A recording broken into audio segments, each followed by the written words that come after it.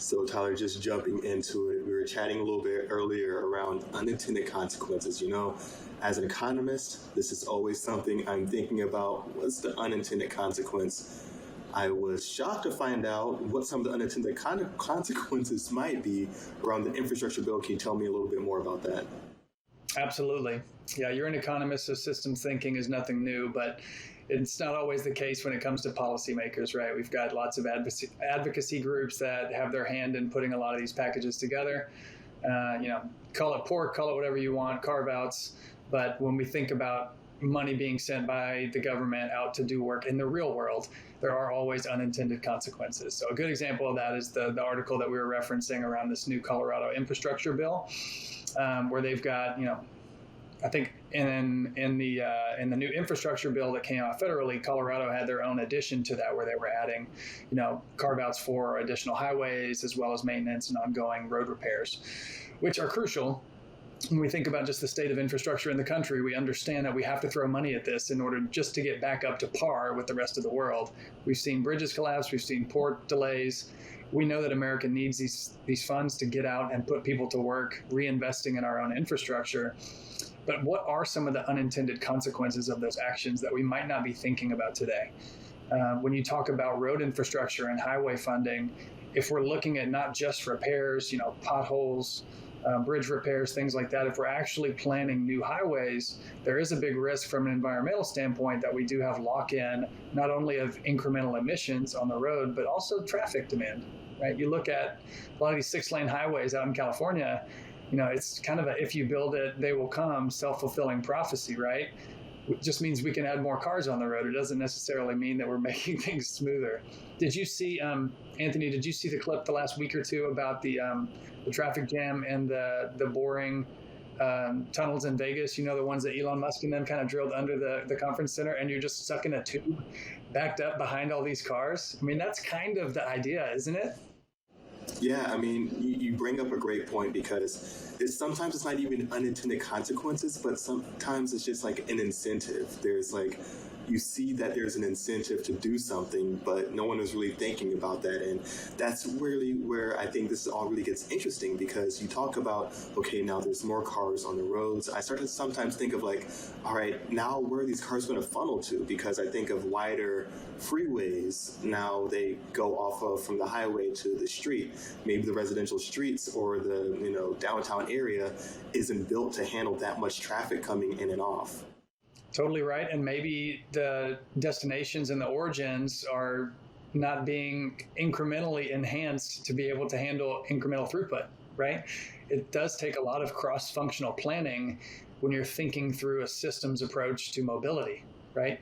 That's one thing I thought was really interesting about this article, and hopefully we can reference it online and have a note to it. But Colorado did something unique in their climate legislation at the state, where they're directing transportation planners to actually shift some of that funding away from highway expansion and kind of earmarking it towards projects that cut vehicle pollution. So there are things on all over the world that are happening, especially in urban areas, where you're trying to figure out, how do we cut noise pollution, how do we cut actual air pollution, and how do we lean into this concept of a walkable 15-minute city, right, is one you'll hear thrown out a lot, where people can live and work and play all within, a 15-minute short commute via bike or rail of where they're living. And there's a lot of positives that come with that, but it is sort of new and different in America, especially, where we've long become accustomed to these interstate highways that allow us to have tons of freedom to go when and where we want, and that sprawl is the cause of a lot of these incremental, traffic jams and air pollution that's coming out. Yeah, and the other interesting thing that's popping out, of course, with infrastructure and how some of this money is being used, of course, Colorado, a great example of, some of the initiatives in a good way, but really it's been overdue. It's been long overdue. Everyone pretty much knows that. And so there's so much that's needed to go into repair the current infrastructure, but it sounds like some of it's going into expanding. Where do we kind of start to draw that line of delineation of like, hey, this is not what these funds are for, versus, hey, we got to fix what we have here? Do you see that this could potentially be like a point of contention for some cities? Definitely. Not everybody's going to be happy. That's the nature of a compromise. I know that there is a lot of verbiage in the infrastructure bill specifically that says what you can and can't do and how much you have to contribute and how you get in line to access a lot of these funds through proposals and things like that. And states have their own, similar process and legislative process to access and allocate those funds. So to answer your question kind of more generally, I think is, who are the groups that are fighting over a lot of those funds is probably the way to think about it in a city. Cities want lots of people to come downtown and spend money and pay taxes. Do we necessarily want that being done through parking and urban concrete sprawl? No, there's lots of downsides to that, most notably for the city dwellers, right? You've got lock-in heat that comes from a lot of that concrete being poured. You've got kind of a waste of space when people are only parking morning during the day, leaving their cars there. So, a lot of people are saying, why don't we allocate funds away from those type of incentives and increase public transit? Why don't we increase bikeability or scooter availability or charging stations, right? So you're getting kind of a dual hit there where if you're going to park, at least park your EV and charge it, hopefully using some form of renewable energy. So those are just a handful of the ways where people are trying to create more livable, walkable cities and fight over these limited funds that we have, unfortunately. Yeah, let's transition into that a little bit more. So talking about some of the areas that are really doing a lot to promote more biking, more, walkability. I think you had a story around, was it Milan, that is really pushing forward a bike program or some type of incentive there? Definitely. Europe's leading the charge on this, I would think. They're certainly a lot more dense in their urban sprawl than we are here in the U.S. And there's a lot more aging infrastructure, literally thousands of year old infrastructure in a lot of those cases. So Milan does have a unique example where they're trying to link kind of a citywide bike network, cycling network, whether that's e-bikes or scooters or actual bicycles. I think they're featuring like 750 miles of bike paths over the next 15 years that they're investing in throughout their city. And if you think about it, if you have that option available to you, just like we talk about induced traffic demand with increased highway usage, like people will flock to where the options are there if there's the right incentive. And that incentive could be, I don't mind biking now because I'm not worried about getting hit by a car going down this street. So in Europe especially, you're seeing a lot of these corridors being built. Paris is doing something very similar. Barcelona recently did something where they're blocking off specific lanes within their city center to cars, period. It's all pedestrian traffic. And it's an effort to really draw people back into the cities, do it in a way that creates less noise pollution, less air pollution, creates healthier work and play environments for people. So I think you'll see more and more of that over time, especially as we are, everyone throws it around, but building back better, right? There is a clear incentive to take a lot of these funds earmarked for green initiatives and pair them with, quality of life infrastructure improvements in cities. Yeah, it definitely makes sense, and it's cool to kind of see when cities build out small little pockets like that from time to time. I know here in Chattanooga we have some bike racks that you can just pull out, rent them for a little bit, maybe have a pass, drop them off whenever you're done.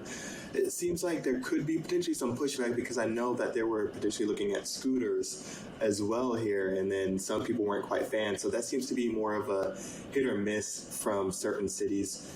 Are there any, green or environmental issues when you start looking at, scooter battery life, things like that might pop up from time to time, or is that something that still has yet to be seen potentially? I'm sure there's a lot of similar disadvantages that come to that when you think about building this and allowing unintended consequences to surface. You mentioned scooters. Nashville had the same plight a few years ago, pre-COVID, up and down Broadway, man, everybody drunk after a honky tonk going up and down the streets and just littering them everywhere. You had small industries like pop up where people are like going out and Uberizing their recharging, right? I'm just going to go grab all these and take them and charge them and then do a couple Uber rides, like just a little cottage industry around an unintended consequence of we released all these into the wild. Now we have no control over where they go. But e-mobility it's rapidly growing. It's fascinating. It draws on a lot of my favorite buzzwords that you can look at, like the Internet of Things and renewable energy and recharging and urban mobility. It's fun to talk about. But I really do think it could change the way that a lot of people, especially in urban cores, get around and move. Whether that's an e-bike or a scooter, doesn't really matter. You can electrify it. And if you have an appealing place to get on the ground and have access to that, whether you own it or not, or if it's like a Chattanooga, bike share program that lots of cities have those, I think they're going to continue to grow in scale. I could be wrong. Maybe we just see more concrete and more Hummers on the road, but I think that there's enough of a momentum now where people want that quality of life. And I'll tell you that, I live in a suburb south of Nashville, and I'm fortunate in that my neighborhood is about a mile from the highway and a mile from a very quaint, southern downtown historic city in Franklin. But I also have at the front of my neighborhood, there's a strip mall with a grocery store and restaurants and events office. And it's not typical of the area I live in because we're typically zoned, big residential suburban areas. And then you get in your car and you drive 10 minutes to go to where all the shops and restaurants and things are. So I love it. I think it's not the norm in America, or especially in rural suburban America. But where I live, I would do that all day. I can hop on my bike and run to Sprouts and the grocery store and grab a gallon of milk and come home in 5 minutes. It's the best. So I think there's a lot that we can do better in that area. Yeah, and you bring up a great point, and it kind of makes me think back to another interesting story that you talked about some time ago. We were talking about, I think it was Salt Lake City, somewhere in Utah, that had some type of bus program potentially. Because when I start thinking of some places like when I've lived in Arizona, it's not a very bikeable place if you live in some parts, but public transportation can come a long way that can get you to some of those biking centers or walkable areas. And so that seems like there are solutions popping up to kind of get you from point A to point B, and now you can really enjoy and have that walkability. And I think all of it kind of helps satisfy that, hey, less emissions, fewer vehicles on the road as well. Definitely, that's the appeal, of public transit, and the sad part is, it's hard to fund. They typically, in a lot of cities that I've been in, you'd prefer not to ride the bus unless you have to, even if it is a lower cost option, because you have limited service availability, right? It typically runs on routes where you're either in a big dense city where you've got packed subways at certain times a day. That obviously is getting its average cost per ridership down. But if you're looking at a city like Chattanooga or a city out west that's not, a capital somewhere, it is harder to find energy efficient and cost effective ways to use public transit meaningfully. I mean, Nashville had a big proposal years ago, pre-pandemic, that didn't pass the legislative process, had a $6 billion traffic improvement plan with light rail and bus lanes and transit. And those are hard things to get past because you've got so many people that don't want to live through, the NIMBYs of the world. I don't want that construction in my backyard for the next decade and going to be, not on time and over budget. I don't want to have to deal with that. But the reality is, without those, you create your own unintended consequences of more sprawl, more highways, more traffic. There's no right, easy answer. It takes effective leaders, right, to be able to align incentives and get enough of a buy-in from each of the stakeholders to make an effective solution. Yeah, it's really cool how it all ties in together when I start thinking about, okay, the electric vehicles, autonomous, commuting, public transportation, biking. It's like there are different pockets. We all hit different beats, and we really kind of dive deep down into the analysis, to research, to breaking news. But it really all kind of comes together. And when you really see that story come out, I think it's awesome to see. Other thing that's really awesome, of course, maybe my biased opinion, but your show, Net Zero Carbon, what do you guys have coming up in the next couple of weeks? I appreciate that. We've been busy. We just came off Global Supply Chain Summit Week last week and had a couple great episodes there. We've got 5 or 6 that we've already got in the can, everything from green investing to Hyperloop port automated operations to flatbed carriers, digital marketplaces, all kinds of exciting things that we get to explore. Yeah, I hear Hyperloop and flatbed, and you have all my attention. So, Tyler, thank you so much for your time. Appreciate it.